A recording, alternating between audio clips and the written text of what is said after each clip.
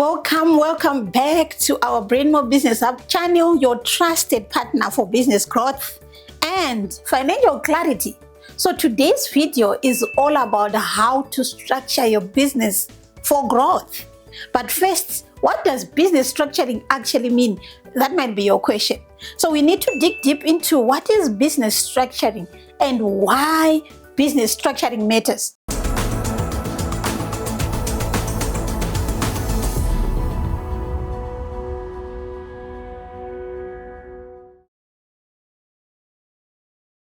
Business structuring refers to how you legally, financially, and operationally organize your business to support the growth and also to reduce the risk and remain compliant and attract investors or funding within your business. So when you are doing business structure, it covers things like legal entity choice, your internal departments and role clarity, your financial systems, and even your tech strategy. It also looks at the delegation of authority and the workflow within the company. So a good business structure protects your personal asset as a director or as a business owner. It helps the company raise capital for the growth of the company. It also improves decision making. It actually sets you up for scale. So when I mean it helps you raise capital. If you are operating as a sole trader, no one will invest in a sole trader. So many businesses, not no one, but few will invest in a sole trader. Many businesses remain stuck or chaotic because they are not structured for the next level. So let's talk about business entity options that you have in South Africa. Let's break down some common legal entity types. Sole proprietor, right? It's simple and cheap to start, but you are personally liable and the funding is harder to get as a sole proprietor. Number two is private companies or business corporation, BPC in Zimbabwe. So it's a separate legal entity. It limits your liability. It's ideal for scaling and working with clients and government and other partners as well.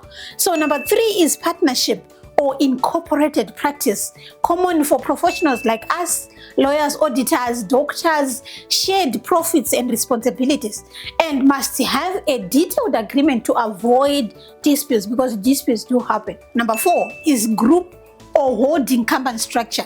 It's used when you want to separate operations. For example, property company, consulting company, right? It's useful for managing risks, succession, or even tax strategy, because remember, it's important to just strategize on tax. So tax planning is legal. Tax evasion is the one that is not allowed. Always register with CIPC for South Africa or the registrar of companies if you're in Zimbabwe and file your annual returns to stay compliant. This is the legal structuring. You need to look at the legal type that you want to operate as. So let's look at operational structuring. Once your legal foundation is clear, it's time to structure your day-to-day operation within the company. So we need to be defining the key roles. Number one is the leadership. Who is the MD, CEO, the visionary, the decision maker, financing, budgeting, payroll, all your compliance related. You also need now to say sales and marketing, revenue growth, and positioning the brand. Who's going to take care of that? Your HR and admin, people, culture, and all those. So even if you are a small team, assign roles and set up system like your Sage HR for people, Microsoft Planner, or ClickUp for tasks, right? Or even your Zoho for your marketing or your tracking your clients. A structured team makes delegation easier and performance measurable. So now number four, financial and tax structuring. So growth requires tax and cash flow strategies. You need to structure your financial, like separate your personal and business finance. Never mix that.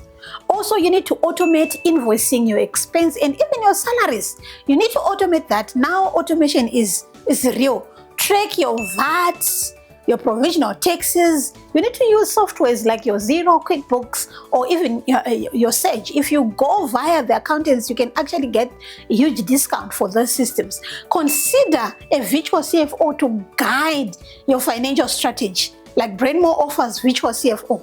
So without structure, tax surprises and cash flow issues are guaranteed. I don't want to lie to you. Number 5, now we need to look at what are the common mistakes and how do you avoid these traps? Running all revenue through a personal bank account? No. Hiring staff without contracts or pay-as-you-earn compliance? No. Overloading the founder with the task? Don't do that. No documented workflows. Please document your workflows, because you need to know that what is each department doing. So department leads, you need to document all your workflows, not scaling systems alongside revenue growth. You will soon crumble. So these are the common mistakes that you need to avoid. If you don't structure, you stall.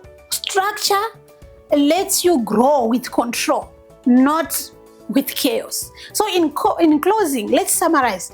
Business structuring is more than company registration. It's actually a foundation where your company grow from. Get the right entity, clear the roles, put in financial systems, and have a compliance plan. Structure early, not when the cracks start showing up. If you need help to build or reviewing your structure, talk to Brendmo Chartered Accountants, your accountability partners for growth in South Africa and Zimbabwe. Subscribe to this channel, comment and share this video with business owners who are ready to scale. Up until next time, structure your business properly, structure smart, scale your business with strength and all information. Until next time, bye.